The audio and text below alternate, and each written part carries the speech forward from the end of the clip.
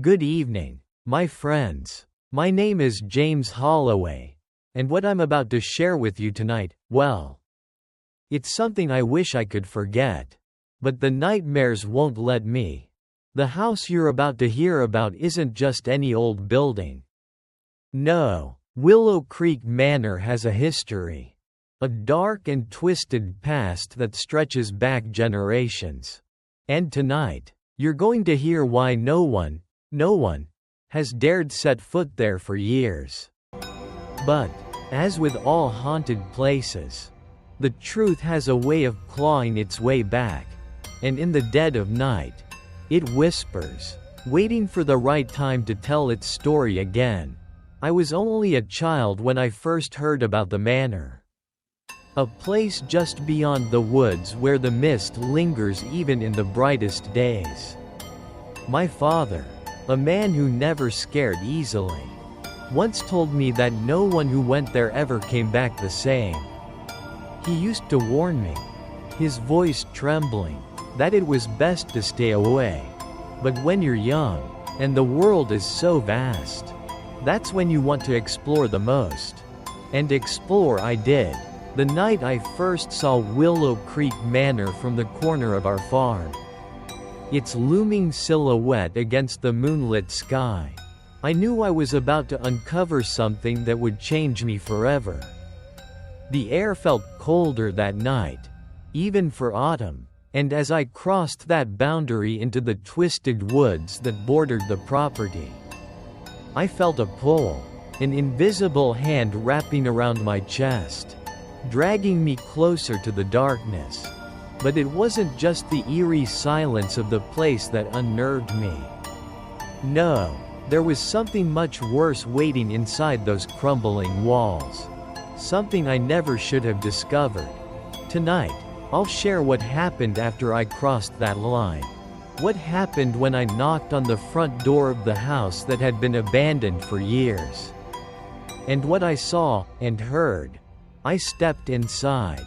As I stand here now, sharing this tale with you, I feel that same eerie chill creeping up my spine. It's been years since I last set foot near Willow Creek Manor. But I can still remember every detail. Every flicker of movement that sent a shiver down my spine. It's a story that, even now, feels too real to be called a mere ghost story. But that's exactly what it is. At least, that's what I thought back then. But the truth, my friends, is far darker than any ghost. That night, when I first laid eyes on the manor, I had no idea what I was stepping into. The house stood just beyond the trees, hidden in the shadows, like a secret waiting to be uncovered. Its tall, decaying structure seemed to stretch into the dark sky, almost as if it was reaching for the stars, yearning to be seen once again. But I didn't feel curiosity, no. I felt something deeper, something more instinctual, a sense that it wasn't the house that was drawing me in, but something in the house itself. I remember walking across the field toward the manor, every step becoming harder, as if the earth beneath me was pulling back, unwilling to let me continue. The cold, still air wrapped around me like a heavy cloak, and with each breath, the sense of dread grew stronger. The house, it wasn't abandoned. I knew it, I couldn't explain it, but I felt it in my bones. It wasn't just a decaying building, it was something more, living, breathing entity, waiting for something, or someone. At first, I tried to dismiss the feeling. I thought it was just the wind, the rustling trees, the shifting shadows that played tricks on my mind. But the closer I got, the more I could feel it. A pull, something darker, something ancient. And when I reached the iron gates that separated the manor from the outside world, I hesitated. The gates creaked as I pushed them open. And for a split second, I thought I saw something move in the darkness. A figure, standing still in the window on the top floor. I froze. For a moment, I thought it was my imagination. But when I blinked, the figure was gone. I stepped inside. The air was thick with dust, heavy with the smell of something rotten, decayed, yet oddly sweet. My footsteps echoed in the silence, a constant reminder of how alone I was. The floorboards groaned under my weight, the house alive with the sound of its own age. Every corner was filled with shadows, stretching unnaturally, as if something lurked just out of sight. I tried to call out, but no words left my mouth. The silence swallowed me whole. I couldn't shake the feeling that something was watching me. I turned a corner, and that's when I saw it, an old mirror hanging on the wall. Its surface cracked, reflecting nothing but darkness. But in the reflection, something was there, a shape, a shadow, moving just beyond the edge of the glass. I turned around, my heart racing, but the hallway was empty. A cold wind suddenly swept through the room, sending the old curtains fluttering. And for a moment, I thought I heard a whisper. Soft at first, like a sigh, then louder, more urgent. "Get out." I stood frozen in place. My blood ran cold. I knew I wasn't alone. I wasn't imagining this. Someone, was here. The house wasn't empty. I turned to leave, my heart pounding. But the door slammed shut with a deafening bang. I rushed to it, pulling with all my strength. But it wouldn't budge. I was trapped. And then I heard it. A creaking sound, like footsteps above me. Slowly, they came closer. Each step was deliberate, as if something, was walking toward me. The air grew colder, the whispers growing louder, as if the walls themselves were speaking to me. "You should not have come." It was then I realized the truth. The manor wasn't just haunted by ghosts or spirits. No, it was something far older, far more dangerous, something that had been waiting for me all along. And that's when I saw it. The figure standing at the top of the stairs. Its hollow eyes staring straight at me. That's when I knew I had made a terrible mistake. I didn't know what I was about to face as I stood there. My hand frozen on the doorknob of Willow Creek Manor. The whispers were louder now, almost deafening in my ears. And my heart raced in my chest like a wild drum. I hesitated, every instinct in my body screaming at me to turn back. But I couldn't. The house, the figure in the window, something was pulling me in. And I couldn't resist. I pushed the door open, and it creaked like a dying animal. The air inside was thick, stale, and suffocating, as though the house itself had been waiting for me to arrive. The dim light filtering through the cracks in the walls did little to reveal the horrors that lay within. But there was something in the air, something alive. I stepped inside and immediately felt the temperature drop. My breath came out in visible puffs. Even though it was summer, I wasn't alone. The house was alive, and it knew I was there. I moved cautiously through the hallway, my footsteps echoing off the walls, too loud in the heavy silence. The floorboards groaned with each step, as though they were protesting my intrusion. My eyes darted around the room, scanning every shadow, every corner. But it was the painting on the wall that caught my attention, an old, faded portrait of a woman. Her eyes locked with mine, dark and hollow. I couldn't tear my gaze away from her. As I stared into the woman's eyes, I felt it, a cold hand, brushing lightly against the back of my neck. I whipped around, but there was nothing there. Nothing but the oppressive silence that seemed to wrap itself tighter around me. "Get out!" The whisper came again, clearer this time, echoing off the walls. My heart skipped a beat. I turned toward the staircase at the end of the hall. The dark steps leading up into a shadowed void. The whispers were coming from up there now, beckoning me. Without thinking, I took the first step up the staircase. The moment my foot touched the step, the air around me grew heavier, colder. I could hear the whispers, now louder, more desperate. It was as if the house itself was alive, feeding off my fear. I reached the top of the stairs, my legs shaking, my breath shallow. The door at the end of the hallway creaked open slowly, inviting me in. My pulse raced as I walked toward it, each step feeling like an eternity. And that's when I saw it. In the center of the room, standing in the dim light, was a figure. A man, or what had once been a man. His skin was pale and stretched tight over his bones. His eyes wide and unblinking, black as coal. He was staring at me, unmoving, and I could feel his gaze burrowing into my soul. But it wasn't just his eyes. No, it was the smile. That twisted, grotesque smile that stretched impossibly wide, revealing jagged, broken teeth that gleamed in the faint light. The smile grew wider with every second, until it seemed to consume his entire face, turning it into a nightmare made flesh. I froze. I couldn't move. My body betrayed me, rooted to the spot, unable to tear my gaze away from the thing in front of me.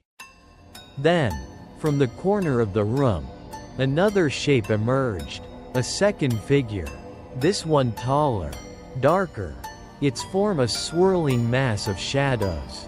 Its face was hidden beneath a hood, but I could feel its presence, heavy, suffocating. It stepped closer, and I could hear its breath, slow and deliberate, as if savoring the terror it was causing. "You shouldn't have come," the second figure whispered, its voice like sandpaper scraping against my skin. The door behind me slammed shut with a deafening crash, trapping me inside. I screamed, but the sound was swallowed up by the oppressive silence of the manor. I backed away, my heart pounding, my mind racing. What was happening? Why was this house alive? Why was it calling to me? And then, as if in response to my question, the walls began to close in. The room, once spacious, now felt smaller, tighter. The shadows grew, twisting and contorting like living creatures, reaching for me, pulling me closer to the center of the room. The man, the figure with the grotesque smile, stepped forward, his mouth opened wide, and he began to speak. "It's too late. You've come too far. Now, you'll never leave." The air grew thick with the smell of decay, and I could hear the sound of something scuttling across the floor, something crawling in the dark.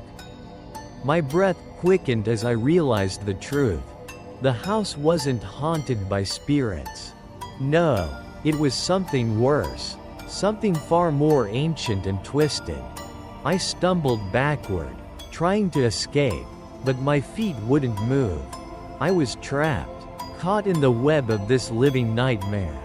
The shadows reached out, wrapping around my legs, pulling me toward the center of the room where the man and the figure stood, waiting for me. As I was dragged closer, the man's smile widened even further. If that was even possible, I could feel the cold, clammy fingers of death closing around me, squeezing the air from my lungs. And then, in the darkness, I saw it, the thing that had been waiting for me all along. The door opened behind me, and I felt a cold hand push me through it.